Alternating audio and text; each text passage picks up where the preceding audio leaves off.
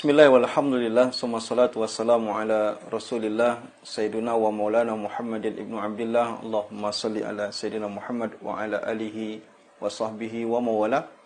Para pendengar yang saya muliakan di mana saja antum berada, saya mendoakan semuanya berada dalam keadaan sehat, tetap semangat untuk beribadah, menjalankan ibadah puasa 1441 dengan cara maksimal. Meskipun kondisi kita tidak seperti kondisi biasanya, mudah-mudahan tidak mengurangi kualitas daripada ibadah kita. Baik, pertemuan kali ini sebagai sambutan kita pada bulan yang sangat mulia, bulan Ramadan yang disebut sebagai Sayyidus Syuhur atau induk dari segala bulan-bulan. Bulan yang dinantikan oleh seluruh umat Islam, sehingga kita selalu berdoa, Allahumma balighna Ramadan. Doa ini dibaca oleh kaum salaf, ulama-ulama kita terdahulu. 6 bulan sebelum Ramadan mereka sudah baca, Allahumma barik lana fi Rajab wa Sya'ban wa balighna Ramadan. Baik, para pendengar yang Allah muliakan. Sebagai pembuka daripada kajian kita, ada baiknya kita mengenal salah satu ibadah yang merupakan ibadah khusus yang hanya ada pada bulan Ramadan, yaitu salah satu daripada rukun Islam melaksanakan ibadah puasa. Rasulullah sallallahu alaihi wasallam tidak pernah melaksanakan ibadah puasa Ramadan selama di Mekah. Artinya, seumur hidup Rasulullah menjalankan ibadah puasa itu berada di Madinah. Karena sejarahnya luar biasa. Kalau kita lihat di dalam ayat itu, Allah mengatakan dalam surat Al-Baqarah ayat 183, Allah mengatakan, A'udzu billahi minasyaitonir rajim. Ya ayyuhalladzina amanu, wahai orang-orang yang beriman, kutiba alaikumusiyam kama kutiba alal ladzina min qablikum. Diwajibkan untuk kalian berpuasa sebagaimana diwajibkan untuk orang-orang sebelum kalian. Artinya, sebelum umat Nabi Muhammad, bahkan sebelum Nabi Muhammad, nabi-nabi terdahulu dan umat-umat terdahulu telah melaksanakan ibadah puasa.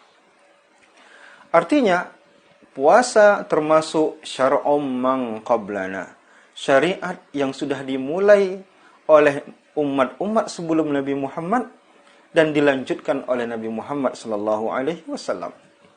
Dicatat dalam sebuah riwayat dalam sejarah bahwa dikatakan Nabi Adam alaihissalam berpuasa sebagai salah satu bentuk bertaubatnya kepada Allah. Nabi-nabi kita kenal adanya puasa Nabi Daud. Artinya Nabi Daud berpuasa. Adanya dikisahkan Nabi Isa, Nabi Musa berpuasa. Artinya nabi-nabi sebelum Nabi Muhammad sudah berpuasa. Bagaimana cara puasanya? Tentu setiap kaum, setiap nabi, setiap umat itu ada syariat-syariat masing-masing. Tapi makna syariat masing-masing di situ adalah tata caranya bisa jadi beda, tapi pelaksanaan puasanya sudah dilakukan oleh umat-umat sebelum Nabi Muhammad. Berada di Mekah 13 tahun Nabi tak pernah berpuasa. Sampailah Rasulullah hijrah ke Madinah. Ketika Rasulullah SAW hijrah di Madinah, Rasulullah melihat orang-orang Yahudi berpuasa. Tepat pada tanggal 10 bulan Muharram, atau kita sebut dengan hari Asyura ya. Rasulullah bertanya, kalian kenapa berpuasa pada hari ini?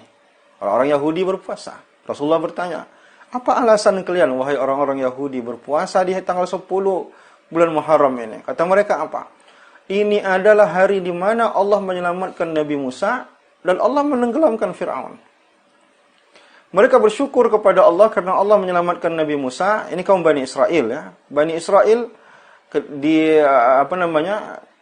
diperlakukan oleh Fir'aun dengan perlakuan yang sangat buruk. Bani Israel yang ikut dengan agama yang dibawa oleh Nabi Musa alaihissalam ikut diselamatkan oleh Allah pada tanggal 10 bulan Muharram, dan Allah menyelamatkan kaum Bani Israel sekaligus Nabi Musa alaihissalam. Nah, kata mereka, kami bersyukur untuk itu. Kata Rasulullah apa? Kalau itu alasan kalian berpuasa, maka aku lebih layak untuk berpuasa dibandingkan kalian. Maka pada tahun pertama Rasulullah berada di Madinah, Rasulullah perintahkan kepada seluruh umat Islam untuk berpuasa pada tanggal 10 bulan Muharram, dan hukumnya wajib. Ini tahap yang pertama, ya. Sampailah pada tahun kedua Hijriah, turunlah ayat A'udzu billahi minasyaitonir rajim.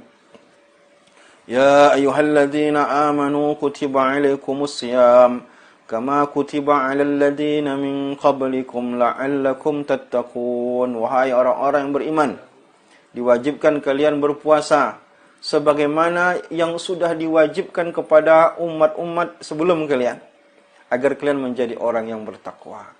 Maka begitu ayat ini turun, ayat ini menjelaskan bahwa ada puasa yang diwajibkan oleh Allah, yaitu puasa pada bulan Ramadan.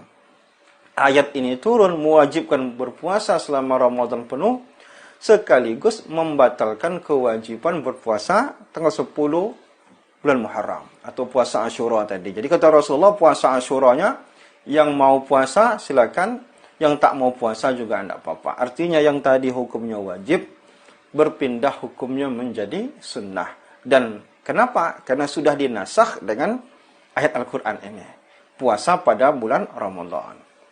Nah, sejak itulah maka bermulalah kewajiban puasa bulan Ramadan. Dicatat dalam sejarah, setidaknya seumur hidup Rasulullah itu mendapatkan kewajiban berpuasa sebanyak 9 kali. Dihukumkan wajib, bukan hanya wajib, tapi merupakan rukun bagi umat Islam. Rukun artinya apa? Orang yang tidak meyakini kewajiban bulan berpuasa Ramadan, maka dinyatakan kafir. Kenapa? Karena itu dalilnya sharih, jelas dalam Al-Quran. Perintahnya jelas. Karena orang yang sengaja mengatakan tidak wajib, berarti dia menentang, membatalkan isi Al-Quran, sekaligus perbuatan yang jelas dilakukan oleh Rasulullah SAW. Maka setelah itu Ramadan menjadi sayyidus syuhur, karena satu-satunya bulan yang full selama bulan itu umat Islam harus berpuasa. Bukan hanya puasa, di sana ada qiyamul lail, di sana ada pahala-pahala yang dilipat gandakan oleh Allah, di sana ada ampunan-ampunan, di sana ada satu malam yang lebih baik daripada 1000 bulan kalau kita beribadah pada satu malam itu. Di sana ada 10 hari di mana Rasulullah i'tikaf. Ini bulan menjadi istimewa, ya. Ini bulan menjadi betul-betul istimewa, mengalahkan keistimewaan bulan-bulan lainnya dari segi ibadah. Maka dari itu, begitu masuk Ramadan, ini adalah bulan yang paling membahagiakan bagi seorang muslim. Kenapa? Di sini saatnya mereka panen pahala, panen ampunan, panen ibadah. Maka ulama-ulama kita dahulu, para wali, orang-orang ahli ibadah, begitu masuk bulan Sya'ban, mereka menyelesaikan semua hal-hal yang bisa mengganggu waktu mereka selama Ramadan. Supaya apa? Supaya Ramadan itu mereka lebih banyak waktu untuk beribadah. Lihatlah bagaimana sahabat, bagaimana para wali, bagaimana tabi'in. Ramadan itu betul-betul waktu di mana mereka menghabiskan waktu mereka untuk beribadah, membaca Al-Quran. Imam Syafi'i, kalau hari biasa seperti ini, dia cuma 1 kali khatam 1 hari. Tapi kalau begitu masuk Ramadan, dia khatamnya 2 kali. Betul-betul dia buatkan waktu Ramadan itu betul-betul istimewa, berkualitas, agar setiap detiknya itu dimanfaatkan dengan baik. Mudah-mudahan mengetahui sejarah bulan suci Ramadan ini setidaknya menambah wawasan kita, ya. Setidaknya kita sadar bahwa ini bukan ibadah biasa, tapi ibadah yang sudah dimulai oleh para nabi sebelum Nabi Muhammad SAW, menunjukkan betapa kuatnya perintah ini. Terima kasih. Subhanakallahumma wa bihamdika asyhadu an la ilaha illa anta astaghfiruka wa atubu ilaik. Assalamualaikum warahmatullahi wabarakatuh.